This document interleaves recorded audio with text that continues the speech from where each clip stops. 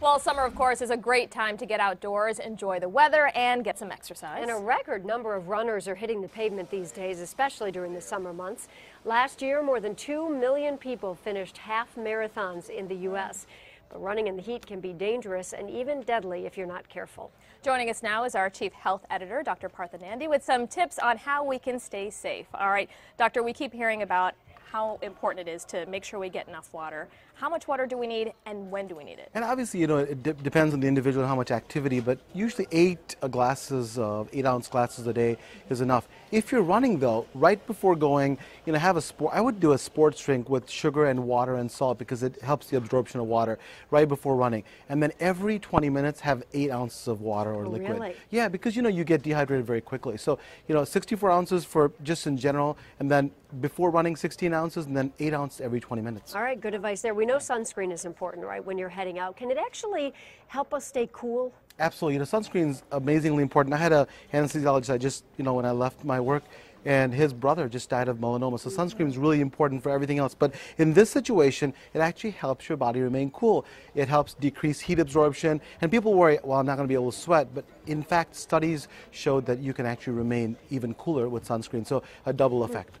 We've got some hot days coming up. You were just talking about running and drinking water. When is it unsafe to run, and what are some signs that we should be looking out for when we know we just need to stop? So common sense, right? When it's when the humidity and the heat are basically unbearable, don't go out there and chance it. If you're running in the summertime, early morning, late in the evening when it's cooler, run at that time, and then.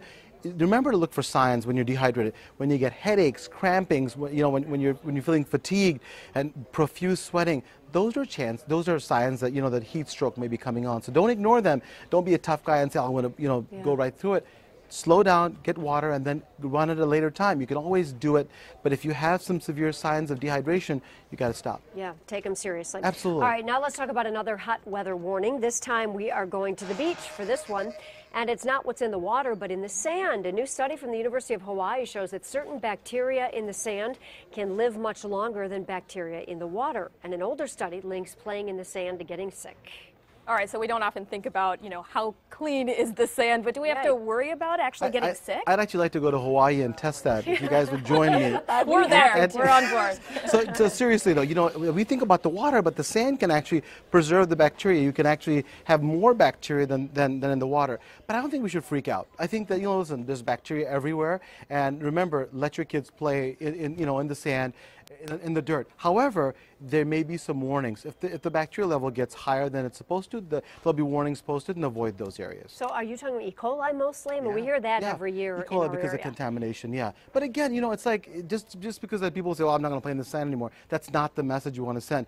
If there are dangerous levels, the county health departments will tell you, and so you stay away from that. Otherwise, let your kids play. But when you come back from the sand, take a shower, wash your hands. My son, it takes everything in my power to get him to wash his hands. So get your kids to wash their hands. It's important. Always a good idea. Yeah. We think bacteria, we automatically think bad things, right? But exposure to some, can it actually be beneficial to us? Yeah, we've talked about this, in other segments.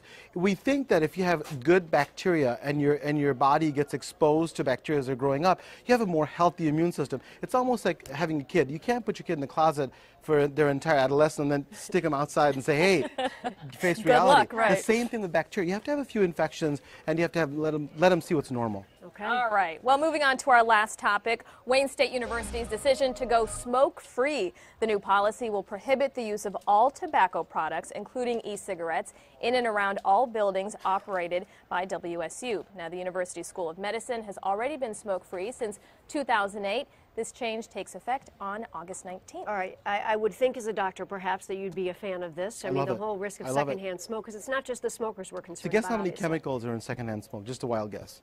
A lot. 7,000 chemicals. Wow. 7,000 chemicals increase the risk of heart disease, stroke, I mean, everything you can imagine. So absolutely, it's one thing when people individually take a risk, but when you have put people at risk around you, it's just not acceptable. Yeah. E-cigarettes, too, they're talking about. Yeah, this is the thing, e-cigarettes, we don't know. It's a complete black hole. We don't know what's going on with e-cigarettes, and when the vapors come out, it's not a panacea. It's not safe. We don't know what it's going to do, and especially if you're not somebody who is an e-cigarette smoker, I think it's okay to say, listen, you know what? I'm around you. I should not have to smoke those vapors, especially when there are no long-term studies showing exactly what it's doing.